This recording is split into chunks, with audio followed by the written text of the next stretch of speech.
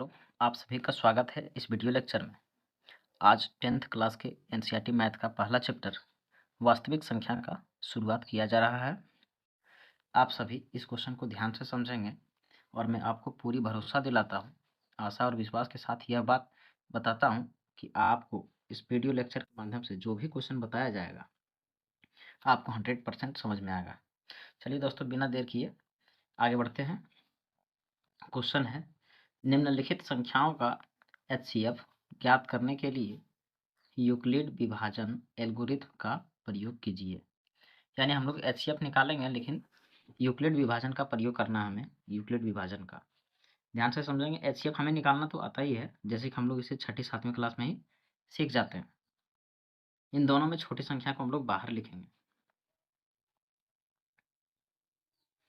135 और यहाँ पर हो जाएगा 225।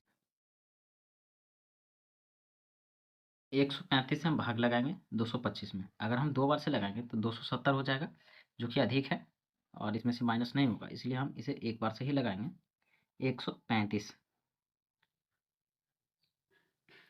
5 में से 5 माइनस करेंगे 0 हो जाएगा। 2 में से 3 नहीं घटेगा, एक पैसा ले लेंगे 12। 12 में से जब 3 माइनस करेंगे तो 9 बचेगा। यहाँ हो गया 1 और 1 में से 1 घटाएंगे तो 0 बचेगा। देखिए दोस्तों, महत्तम का नियम है यानी एचसीएफ का, कि जब तक यह संख्या पूरी तरह से कट नहीं जाए तब तक हम इसे बनाएंगे। चलिए इसे थोड़ा सा आगे बढ़ाते हैं। अब देखिए, यहाँ पर जो संख्या था उसको हम यहाँ पर लिखेंगे। अब 90 से भाग लगाएंगे इसमें। अगर दो बार से हम गुना करते हैं तो 180 हो जाएगा, इसलिए एक बार से ही लगाएंगे। 90 का ही 90। 5 में से 0 माइनस करेंगे 5 बचेगा, और 13 में से 9 माइनस करेंगे तो 4। फिर इसे हम आगे बढ़ाते हैं। देखिए, जो संख्या बाहर में रहती है यानी जिससे पहले भाग लगा रहे होते वही संख्या यहाँ पर उतरेगा।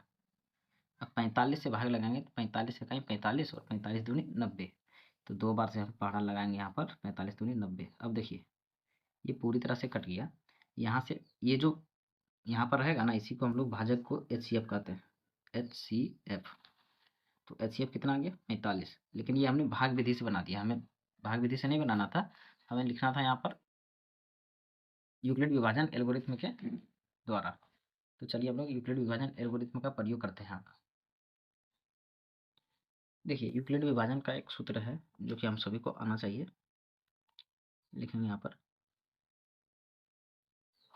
यूक्लिड विभाजन एल्गोरिथ्म से का सूत्र है ए बराबर बी क्यू प्लस आर। ये यहाँ पर हो जाएगा भाज्य बराबर भाजक गुने भागफल प्लस शेष। यही सूत्र है। चलिए इससे हम लोग प्रयोग करके आगे बढ़ते हैं। ए का मान क्या हो जाएगा, तो जो संख्या सबसे बड़ी रहती है, यानी कि जो हम लोग एचसीएफ बना रहे थे तो इसमें ये संख्या सबसे बड़ी है, इसी को हम लोग ए बोलते हैं। यहाँ पर ए की जगह पर हो जाएगा 225 बराबर बी किसे बोलते हैं, तो बी हम लोग भाग किससे लगा रहे थे। देखिए 225 में हमने भागा लगाया 135 से। 135 से भाग लगाया तो एक बार से भाग लगा था, है ना। तो यहाँ पर लिखेंगे हम 135 गुने में 1। अब प्लस आर। आर का मतलब शेषफल कितना बचा था, तो भाग लगाने पर शेषफल 90 बचा था, तो यहाँ पर हो जाएगा 90। अब फिर इसे आगे बढ़ेंगे। ये जो 135 है यही संख्या यहाँ पर आ जाता है 135। 135 में देखिए 135 है ना, इसमें हमने 90 से भाग लगाया था, तो एक बार से भागा लगा था। इसे हम लिखेंगे 90 गुने 1। तो शेषफल कितना बचा, तो शेषफल बच गया था 45, तो यहाँ पर लिखेंगे हम 45। अब फिर ध्यान से देखिए, यही 90 फिर यहाँ पर आ जाएगा 90। तो 90 बराबर देखिए 90 में हमने किससे भाग लगाया था 45 से, तो दो बार से लगा। यहाँ लिखेंगे हम 45 गुने 2। तो शेषफल कितना बचा था 0। शेषफल कितना बचा 0, इसलिए यहाँ पर जो एचसीएफ हो जाएगा, एचसीएफ देखिए 45, इसी से लगाने पर 0 आ गया था ना शेषफल। तो ये हमारा आंसर हो गया यूक्लिड विभाजन एल्गोरिथम के विधि से। थैंक यू दोस्तों।